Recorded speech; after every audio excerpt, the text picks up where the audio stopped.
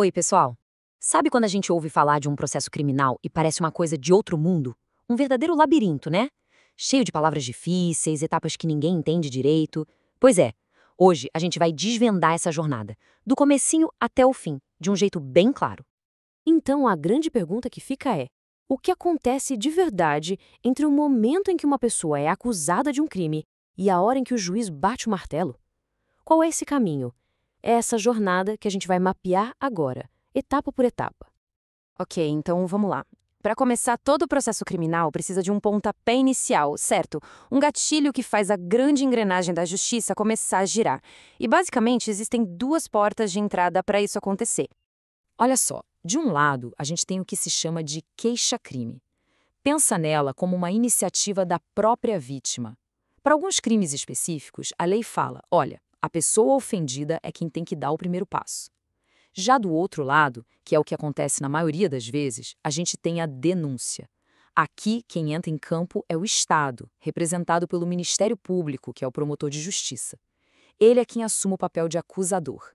Então, resumindo, queixa-crime é uma ação privada da vítima. Denúncia é uma ação pública do Estado. Essa é a grande diferença. Beleza, o processo começou. E agora? Bom, não pense que é uma estrada única para todo mundo. É mais como se existissem três rodovias diferentes, uma do lado da outra. E a escolha de qual rodovia pegar vai depender basicamente da gravidade do crime. E aqui a gente consegue ver bem essa lógica. Pensa assim: para os crimes mais pesados, aqueles com penas de 4 anos para cima, o caminho é o ordinário. É a rodovia mais completa, com mais pistas, mais paradas, por isso é mais lenta. Permite ouvir mais testemunhas, até 8 de cada lado, para garantir que nada passe batido. Já para os crimes de gravidade média, com penas menores que 4 anos, a gente pega a via sumária. É o meio termo, sabe? Um pouco mais rápida, com até 5 testemunhas. E por fim, para as infrações bem levinhas, as de menor potencial ofensivo, com pena de até 2 anos, aí é a via sumaríssima, é a pista expressa, tudo mais rápido, mais informal para resolver logo. Ou seja, a gravidade do crime é que define a velocidade e a complexidade da viagem. Tá, mas por que ter esses três caminhos diferentes? A resposta está numa palavra: equilíbrio. Pensa bem, o sistema precisa ser ágil para resolver logo os casos mais simples, que não precisam de toda uma estrutura. Mas, ao mesmo tempo, ele precisa ser super cuidadoso e detalhista com os crimes mais graves, onde a vida de alguém está em jogo e as consequências são enormes. É essa balança entre velocidade e certeza que justifica essas três vias.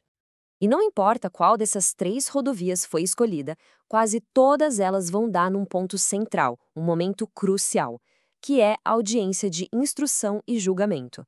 É aqui que o bicho pega, sabe? É o coração do processo, o momento em que as provas são mostradas e as pessoas falam cara a cara com o juiz.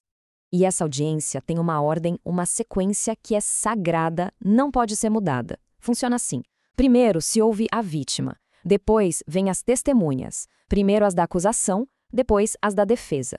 E só lá no final, depois de todo mundo ter falado, é que o acusado é interrogado. Por quê? Para garantir que ele ou ela possa se defender de absolutamente tudo que foi dito ali. Faz todo sentido, né? E nesse momento do interrogatório, o acusado tem um direito que é um verdadeiro escudo, o direito constitucional de ficar em silêncio. Exatamente. Ele pode simplesmente escolher não responder a nada. E o mais importante, essa escolha não pode, de jeito nenhum, ser interpretada como culpa. Ninguém pode pensar: ficou quieto, então é culpado.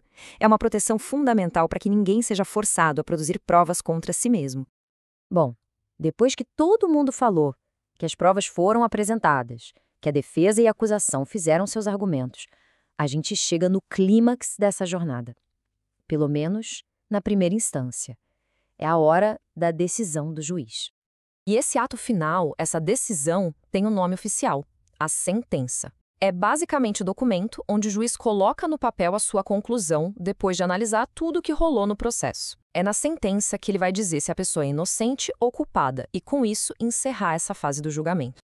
Mas olha, uma sentença não é só um culpado ou inocente jogado no papel, não.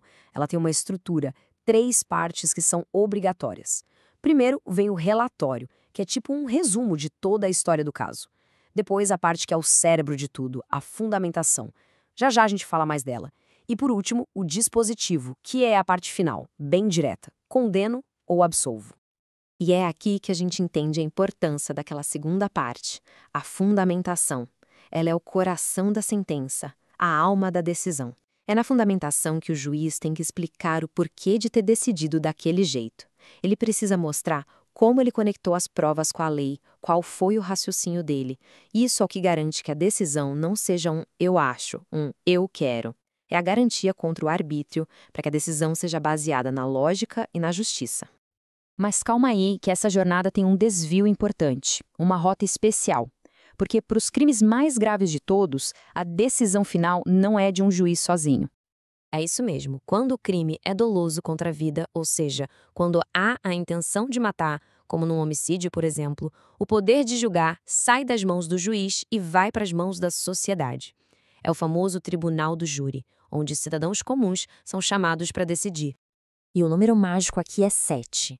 De um grupo de 25 cidadãos convocados, 7 são sorteados para formar o conselho de sentença. E são essas 7 pessoas, cidadãos comuns, que vão ter o poder de decidir o destino de quem está no banco dos réus.